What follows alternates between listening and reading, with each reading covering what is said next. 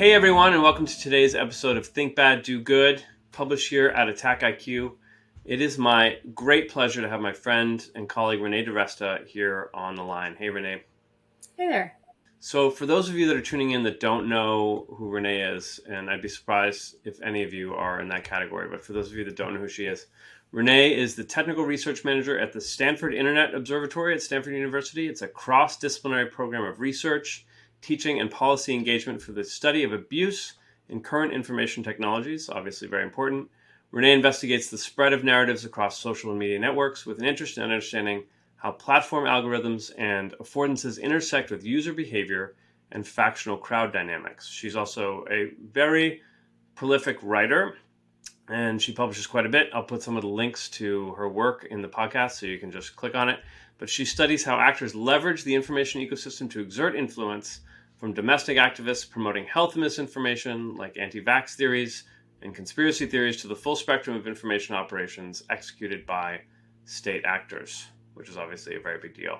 She's advised President Barack Obama, many members of Congress, and she writes for the public through tons of outlets. I saw one, the Digital Maginot Line, we'll put in the link, from Ribbon Farm was the first one that I read of hers.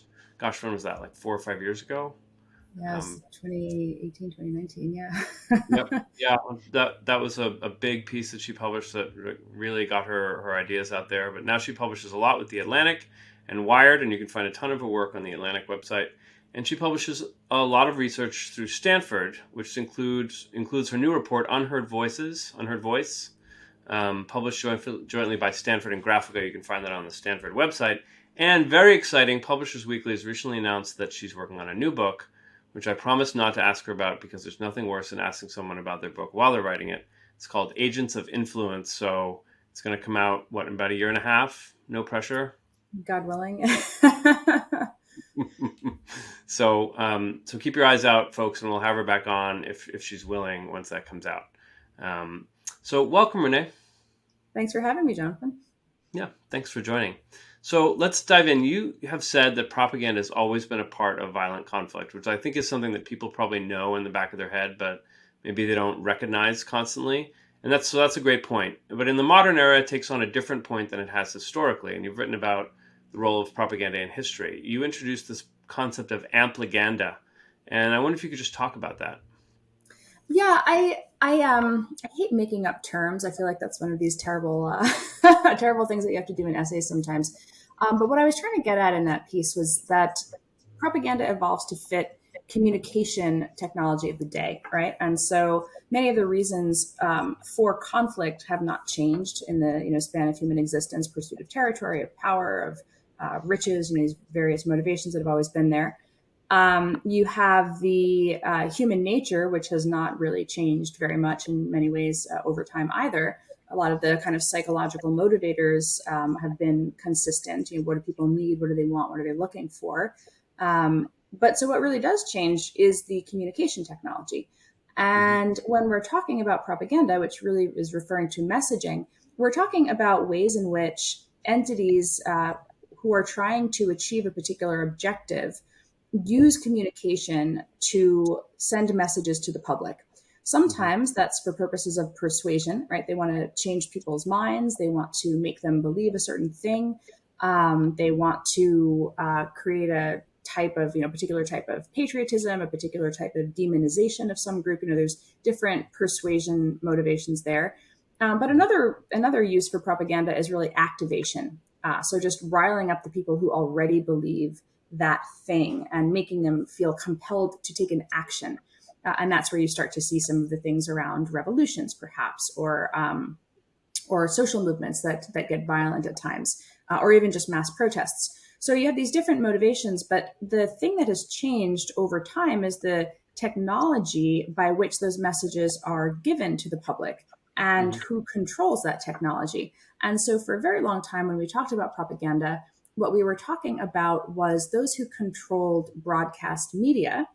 And broadcast, of course, in its various forms has evolved over time too, right? We have print, we have radio, we have television, but who controls the means of information dissemination, who controls that technology? It's traditionally, for a very long time, been those who already have power, governments, political leaders, authority figures, working in conjunction with media to push information to the public. I think most of the public tends to think about propaganda in the context of like Noam Chomsky, the idea of manufacturing the consent of the governed, this sort of 1980s type work that was done talking about ways in which top-down messages reach the public and how the public doesn't fully understand the motivations behind how that information is filtered. But then all of that really gets upended in 2000 with the kind of the arrival of the internet, which Mm-hmm. starts as blogs and just ordinary people posting their thoughts, doesn't really solve distribution. So, there's false information, misleading information, persuasion, all that stuff is out there. But what happens with social networks is people also then gain control over the distribution channels. And this is a fundamentally different thing in history. So instead of it just being from the top down, people who control the broadcast channels deciding what the public will hear, the public actually shapes what the public hears as Mm-hmm. social media enables both creation and dissemination. And so what I was talking about with Amplaganda was this idea of ways in which crowd amplification, which really comes from the bottom up, sets the agenda for what people at the top talk about. So that amplification, that idea that this is what the public is talking about today, in turn shapes the media coverage of what shows up on the news at night. That's really very, very fundamentally different. And so anybody who is influential among the public, on social media, has that power, has that reach of mass media that previously was really limited to a very, very small group of people. Now that dynamic is democratized. And so a lot of the work that I've been doing for the book, but also just in my work at SIO, is asking, how does that change society, right? How does it change Mm-hmm. society when anyone can do this? Everyone is. Mm-hmm. And, you alluded to Maginot Line. The metaphor that I was trying to use then was like this kind of war of all against all, right? This, anybody who wants to put out a narrative can put out a narrative, and we all kind of sit in these online spaces, seeing these various factions fight each other for who is the main character of the day, what is going to trend, what are the major pundits going to talk about on Fox News or MSNBC at night? And that's just a very fundamentally different information environment than we've ever had before. And I think that shift is really just kind of foundationally transformative for society. Yeah, I think people generally have this sense, given the events of the last 5 years in particular, that something is deeply wrong. But as like I'm a dilettante on this issue set at best. But as people think about it, they probably can't quite pin down exactly what is happening. So I wonder if you could break down some of the negative effects of this change in concrete terms for folks to think about. Like, what are some of the top negative outcomes of the problem that you just outlined? So I think that the main challenge, it's not, I want to be really clear that it's not what is the message. There are certain messages that are obviously demonstrably bad, right? There are certain types of things that we've heard over time, that are, calls for genocide, calls for abuse, or calls for hate. That kind of stuff is demonstrably bad. But what I'm trying to get at with this shift is that the real, I think, insidious thing is that because we now all have the means for capturing attention, right? Because that's Mm-hmm. what is ultimately happening on most of these social channels. Everything is a battle to capture attention, and so a lot of the dialogue, a lot of the discourse has really just devolved down in these online spaces into one faction fighting against another in order to capture attention. And Mm-hmm. so we have created a system of incentives in which ordinary people who now do have reach, who can make their message heard, nonetheless have to do so, have to compete in this space by resorting to sensationalism, by resorting to harassment to try to push other people out of the conversation so they can take on more share of voice. Those fights become spectator sport, right? There's like a kind of gladiatorial element. You see something trending on Twitter, and you know that when you click in, it's going to be, two groups of people fighting each other, right? Because the topic is some sort of culture war, hot button issue, some sort of flashpoint. And so you, as the even nominally casual observer, receives this nudge that directs you to go pay attention to this very sensational, very polarizing argument. And that's the kind of content that we're being barraged with at this point. That's where the incentives have taken us. Mm-hmm. there's always some sort of incentive structure in communication. In the older propaganda models, Chomsky articulates these, the 5 filters, he calls them, one of which is advertising. He makes the argument that media is not going to cover certain things because it's not good for them, because they take advertising from those industries. And so we had this understanding, this kind of intuitive sense of, in prior media environments, how those incentives shaped what we saw, how those incentives shaped what was covered. And that's what we're experiencing again. But I don't think that we spend as much time thinking about how does the incentive here, the platform's incentive in its design structure, right? Keeping people on site, the design structure of an algorithm, something like the trending topics feature. How did the incentives intersect with the content to put us into particular mindsets and create particular types of exchanges between people in, this sort of the so-called virtual public square? Yeah. What do you think about the filter bubble problem? Could you talk a little bit about that? So there's kind of like 2 different sets of arguments in social science on this, but I'll start by saying filter bubble was something that Eli Parser coined the term, I think, back in 2012, so 10 years ago now, arguing that because people were seeing personalized search results, there was a potential for people to see things that were kind of in line with their prior biases or targeted to them, and that this might lead to people moving into filtered existences in which they and their neighbors were not seeing the same thing. So the question that he asks is, what happens? What does this do to society? And that was about search results in 2012. So where we've gone since then is, interestingly, a lot of the social media companies, again from an incentive standpoint, were really incentivized to grow whole new social spheres for their user base, because that would keep them on site. And so you went from bringing the social graph that you had in real life to Facebook, meaning these are my friends who I go out with, I go to bars with them, and now we're going to post our bar pictures on Facebook, which was a thing that we all kind of did in the early 2010s, to, hey, our machine learning algorithms have inferred demand, and we think that because this is a specific example from my life, you just had a baby, you are in a baby food group, you must be a crunchy mom, have you considered going and joining this anti-vaccine group? Right. And so the nudge comes at you right now. It's not an unreasonable assumption for the, They really got the wrong person on that one. They did really get the wrong person with that one. But I thought it was so interesting, right? Because I was thinking about it with my user interface design and hat on, and I was like, why am I getting these nudges? This is insane. But it's because in collaborative filtering, I am in San Francisco, I make my own baby food, I cloth diaper my kid, obviously I must be an anti-vaxxer. It's not totally unreasonable. But the algorithm, in fact, the platform is incentivized to give me that little nudge. Now, maybe I don't take it, maybe I ignore it, and then the next time the recommendation engine serves me something, it recognizes that the signal I gave back was not engaging with that nudge, ergo maybe that was a bad nudge. So here's this other thing. Maybe you want to see backyard chickens was another thing that it was pushing me for a while. Maybe you want to start a chicken coop in your backyard, hippie. At least the rats. That really causes rats, by the way. I actually did join the backyard chickens group because I was like, oh, pictures of chickens. What are people doing in the backyard chickens group? I enjoyed it until the sick chicken pictures started, and then I was like, let me get the fuck out of here. But it was it was one of these things where I was like, okay, there's this little nudge, and how serendipitous is this? Let me go down this rabbit hole. And sometimes it's just harmless and fun, or again, I had my backyard chickens for about a week. But then other times you do see how that nudge, that kind of finding social communities for people, if you're not making recommendations that are cognizant of certain dynamics around radicalization or around extremism, which the algorithms really weren't at the time, you can actually kind of set people off down some pretty bad paths.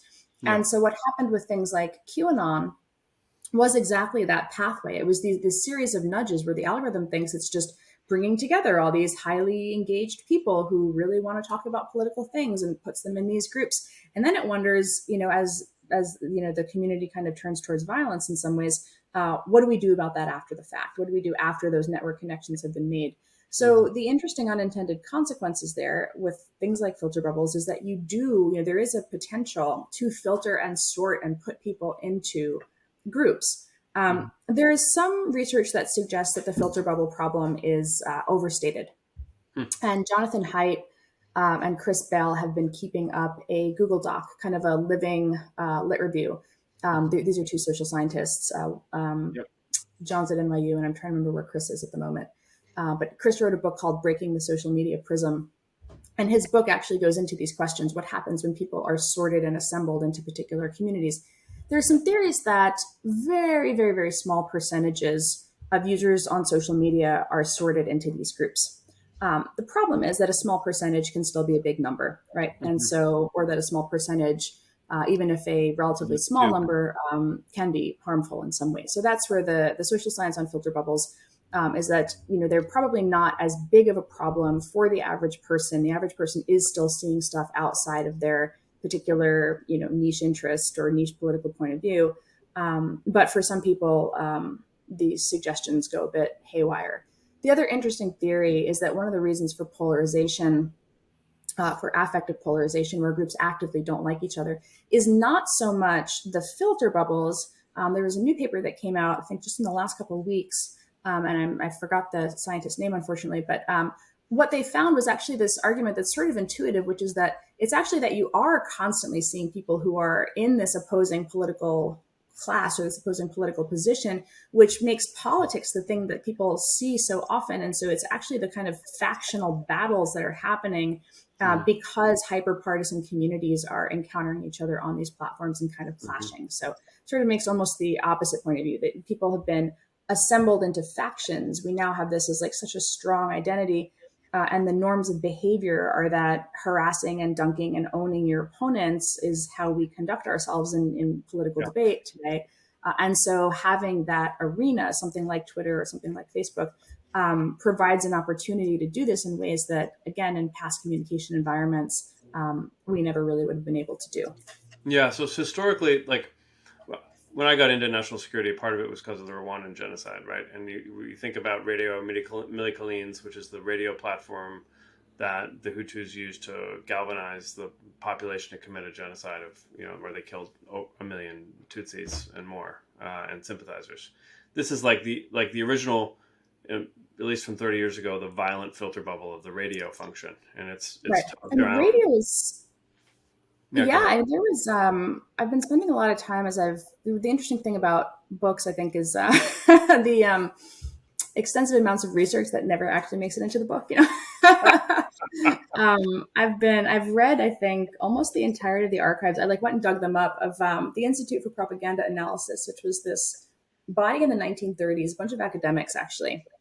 I was curious about, in these prior media environments, what was the response, as I've been trying to think through what is there, how do I write about past responses? And these were academics, and they were producing educational material for high school and middle school kids mostly.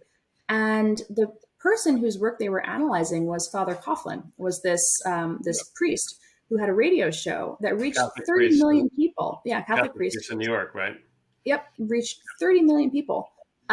And he's very interesting to me as I've been writing about influencers and responses, and this person who had this just extraordinary capacity. Everybody at the time largely listened to a very small number of channels, so his audience wasn't fragmented in the way you do see on social media today, right? Where influencers amass a couple 100,000, maybe 1 million, but 1 million is like a big deal. But this person had just absolutely extraordinary influence. And this was a group of academics who were arguing that you had to teach people to recognize the signs, because Father Coughlin was moving into fascism, right? It was this sort of American fascist at a time when the Nazi Party was rising in Germany. And so the things that they're putting out are trying to help the public see the calls for what they are, but by teaching them the skills to recognize how this rhetoric actually works. And I found it really fascinating, because I think that sort of rhetorical analysis, almost meta education, if you were, that just teaches people to understand what are the signs that somebody's playing on your emotions, what are the signs that you're being manipulated. are largely lost. But if you look at how people talk today, a lot of the hyper-partisan political influencers in particular, the rhetoric is it's quite similar. It's the same, like, they don't want you to know, who the hell is they, why wouldn't they, and once you kind of start to flag how these flourishes work, you hear them everywhere. And so I've actually found that process of just going back and reading these old archives really interesting from the standpoint of, we think the internet is the internet didn't cause these problems. The internet changed the problems. It changed the Yes. manifestation of how the message got there. But radio, as you know, it has been just incredibly powerful. Hmm. Yeah, I mean, one of the data points that I like to say is that the internet's the same age as Chris Hemsworth and Nicki Minaj, and it went from 0 to 5.2 billion in their lifespan. I think maybe one of them just turned 40 this year, actually. So it's like that's such a rapid, incredible growth. So what would be some of the recommendations you would make to the world for how to respond to manipulative language? Right, that's an interesting point. I think, like, if you were to tell people right now, like, what are some of the signs that you'd watch out for? I think it's teaching people. I think the glittering generality is one of the terms that they used in the 1930s. The way in which groups of people are painted with a broad brush. When you hear somebody reducing millions and millions of your fellow citizens down to one label, Hmm. what is that? What is that doing? What is the point of that? What is the intended effect of the speaker when they do that? Hmm. Or the use of words like they, where there's some implied boogeyman, and trying to think through who is the, is this plausible? Is they really is there a plausible statement? Is there a person they who, why isn't the speaker giving a name? Why aren't they articulating who is theoretically doing or saying this? Again, ties into the generality. Another thing that we see a lot in our work looking at what makes things go viral is you will see small accounts will make a very, very concrete claim. And then, and they'll say something. We can use the context of an election right now because it's top of mind for me. There's a suitcase outside of my polling place. That's how they're delivering the stolen ballots, right? As a representative example. So Yeah. someone will make a claim, and this is the sort of thing that most people would just ignore. People make crazy claims on the internet all the time. But Hmm. what starts to happen is that you'll see incentivized influencers with very large followings who will pick up that claim, but they do it in a really interesting way. They don't say anything concrete about it. They say, big if true, is somebody looking into this? Somebody should look into this. Who is investigating this? This is what the media is not investigating. So all of those things, you'll notice they're not actually endorsing the claim in a particular way. They're not saying this is happening. They're just saying somebody should really look into this. So it's layering on suspicion to a Hmm. claim that most people would largely disregard, but there's almost like a short circuiting where somebody with a very large following that you've come to trust over time is the person who's putting out this message, implying a degree of suspicion. And by implying that degree of suspicion, you'll see then many of their followers go pick up the claim and begin to tweet it or share it. And they will actually revert back to saying something concrete about it. Here is how XYZ is stealing the election. Right. Right. And so there's this interesting middle ground that we see where the people who are most powerful in the amplification chain actually kind of take a step back and hedge what they're saying. They don't want to get sued, they don't want to make a concrete claim a lot of the time, or they don't want to stake their reputation on being wrong. But there is that interesting dynamic. And so once you start to see, I think, how these things are assembled, how these types of language really trigger our proclivity just as people to look at things like rumors or look at conspiracy theories and be intrigued by them and want to know more and want to share. And so that dynamic, again, rumors are not new, conspiracy theories are not new, propaganda is not new. It's just that now we're very active participants because we in turn get to decide, are we going to click that share button and propagate along big if true, they don't want you to know, or does it kind of stop there with that influencer who's just chosen to share it? So I think this dynamic is really it's very interesting to me anyway. Sure. And it resonates Just also with some of the things that the Russians did around vaccine hesitancy early on and what they did during the 2016 campaign, where they weren't saying vote for X person. They weren't being directive. They're saying, well, isn't this an interesting question? Like, who's behind your suffering? Is it this other racial group? Or if you take this vaccine, like maybe you'll die. Like someone should be looking into that. So it's actually sowing doubt as opposed to offering a directive. Is that right?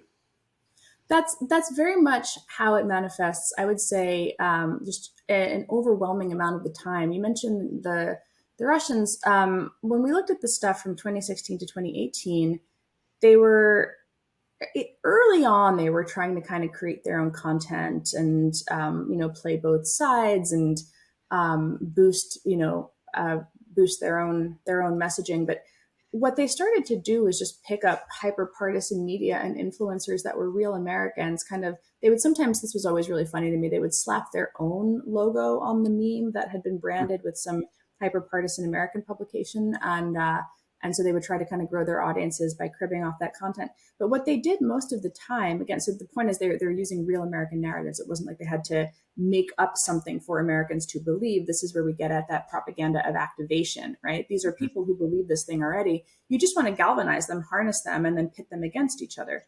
You're not trying to persuade anybody to a new or novel point of view here.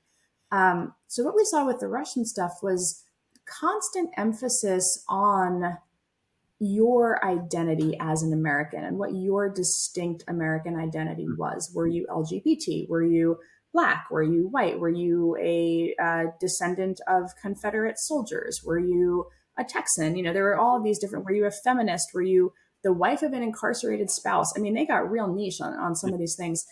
And what you started to see was creating pride in all of these different identities, but then pitting them against each other, the argument being that these identities could not all coexist in America. Your identity was, if your identity group was experiencing some sort of grievance, whatever that was, veterans who are not receiving benefits, rather than thinking of this as a collective problem to be solved, the problem for veterans was that too many benefits were going to refugees. So then you had the United Muslims page that they made that was pro refugee, pro Islam, and then whenever they had a handful of these veterans oriented pages, Veterans Today, I think the name was, and they would just kind of like pit these groups oppositionally because there wasn't enough. There was a scarcity dynamic. If your group had a problem, it meant that some other group had taken something away from you.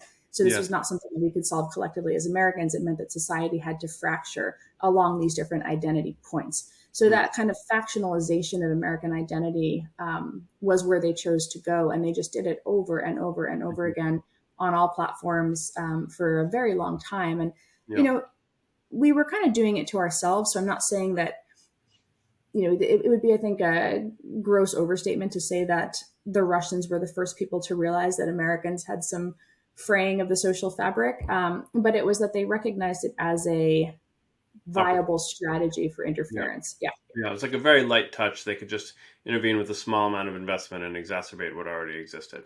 Right. So we're in an election right now. The voting is already happening. Your interventions today, to some degree, probably could change some folks' minds. But if you were to think about over the course of the next month to 6 months, what are some of the trends? What are some of the trend lines, the positive trend lines that you would like to see accelerate to improve our current situation?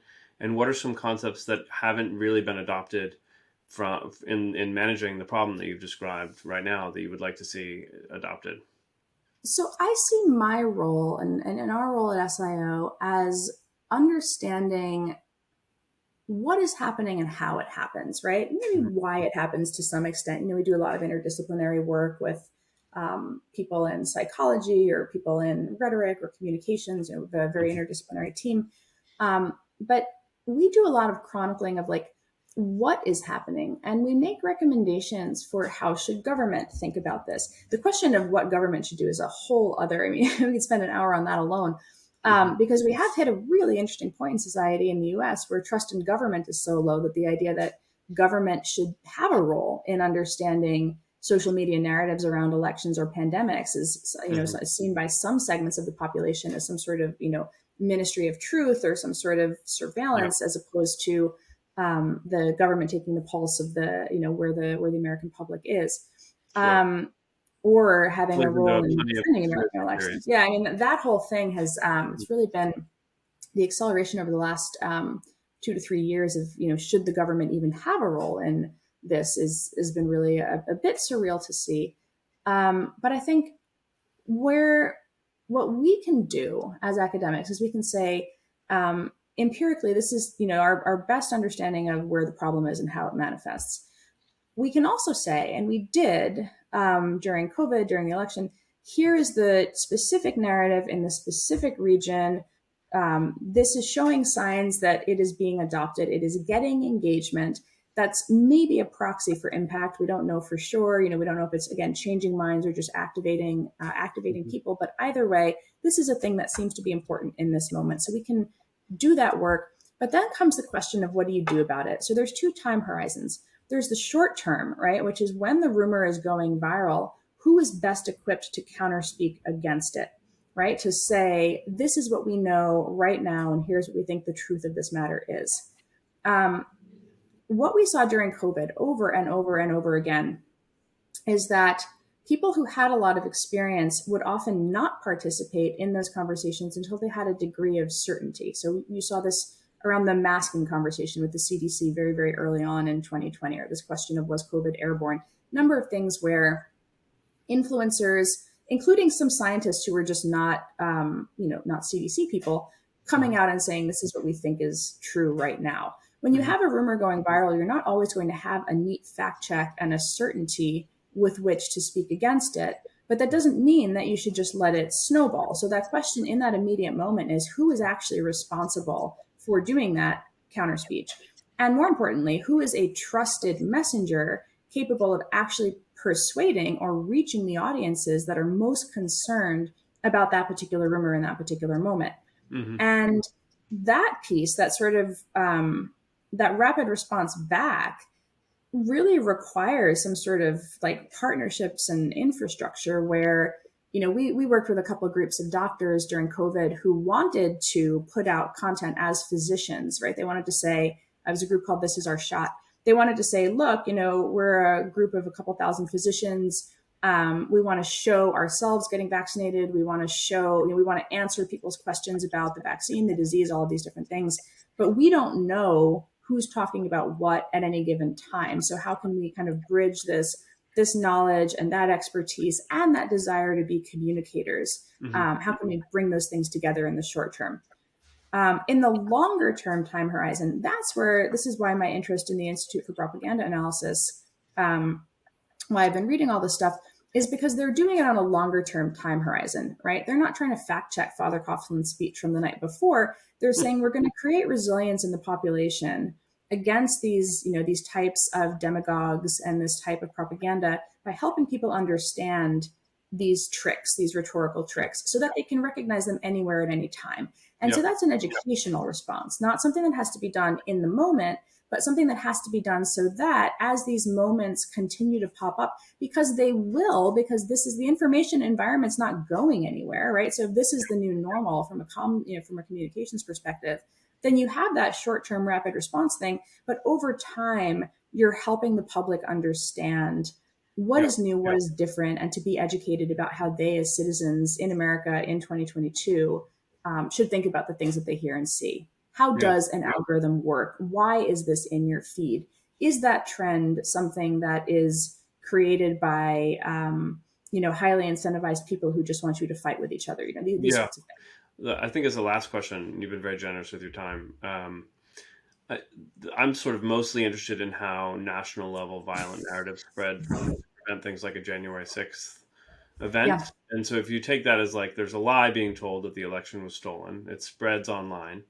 When you look at platforms like Twitter, Facebook, others, and the development of their ability to blur the line between, to either flag individuals that are spreading mis or disinformation, or blur, or to identify blurred lines between truth and fiction, what do you think is the possibility for enforcing that kind of information at scale to prevent things like what I mean. Obviously, like the insurrection has within it a whole other investigation. That there's elements of conspiracy.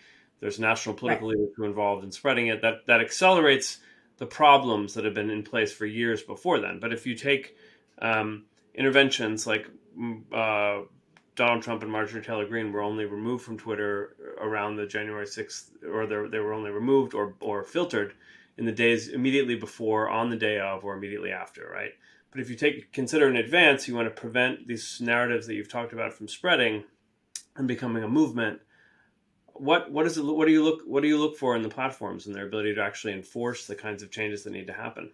What you're asking about there, it's a really challenging question. And I'm sure you know that, because it's this question of there are a few things that happened. First, there's progressive buildup over time, right? What kinds of speech is not incitement in the moment, but is there something that is demonizing or othering a community or population over time? Again, to get at some of the other topic areas we've talked about. Um, Immediate incitement to violence, the platforms have rules about. That sort of slow buildup, that dehumanizing language. One of the things that we saw in the Facebook leaks, the Frances Haugen papers, was that they are trying to understand that internally. What are the signals that indicate that a community or group has a proclivity to violence? And what we did see was that around Election Day in 2020, in the days after, immediately after, so President Trump makes his announcement on the night of, alleging that the election has been stolen and or heading in that direction. I'm not Mm-hmm. 100% sure when that exact claim was made, but as he begins to head in that direction, many groups, the Stop the Steal groups on Facebook, grow extraordinarily quickly, hundreds of thousands of people in a day. And what you start to see is the platforms taking steps to take them down as the rhetoric in the groups heats up. And they're caught off guard. They are blindsided by the extent to which this happened. And so you do see them kind of stumbling around and being a bit, reactive. I think that, it's something of an unprecedented, that particular lead up, I think, was a bit jarring. I think some people who study extremism have made some arguments that January 6th was actually very predictable if you were watching certain online spaces. Mm-hmm. The platforms have tried to figure out where to strike that line between freedom of expression, your right to express anger or distrust in an elected official or an outcome, versus the extent to which a buildup of those things leads people to then go and act.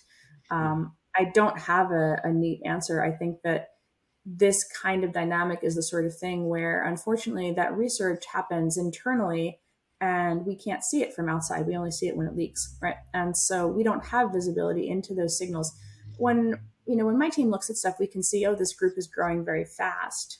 If it's a public group, we can only see it if it's a public group. As academics, we don't go and join secret groups or anything like that. But we can only see these public groups growing, and so we can say, it seems like this is really a thing that a lot of people are caring about and agitated about. But we can't make a leap from that, and that's where I think these questions, again, the short term versus the long term time horizon. I think what you'll see, and then election day is about 2 weeks out. I think you'll see the platforms act very decisively this time around, if there's indications that these sorts of unrest is growing in particular locales. We don't have a national election this time, so I think it'll look a little bit different than 2024 did. But if there are if there's indications that rhetoric is heating up, I do think you'll see. I think you'll see takedowns happen. Beyond that, though, again, in the longer term, arguing for researcher access and things like that, so that we can, as social scientists and others, have visibility into what is happening and what kinds of the momentum, by which these groups grow, is something that we just don't have particularly strong visibility into. Yeah, you're often looking at it historically, and doing a marvelous job. It's Trying. great. Yeah, it's great. I mean, you've really done incredible work in shaping the debate and the country's understanding of the problem set and the world's understanding. congratulations on all you've written recently, and that all that's coming down the line. It's certainly everyone's excited to see what you continue to come up with. So keep up the great work, and thanks for coming on. I should say, is there anything you've left unsaid that you wanted to say? No, thanks so much for having me. Yeah, it's wonderful to see you. Thanks, Renee.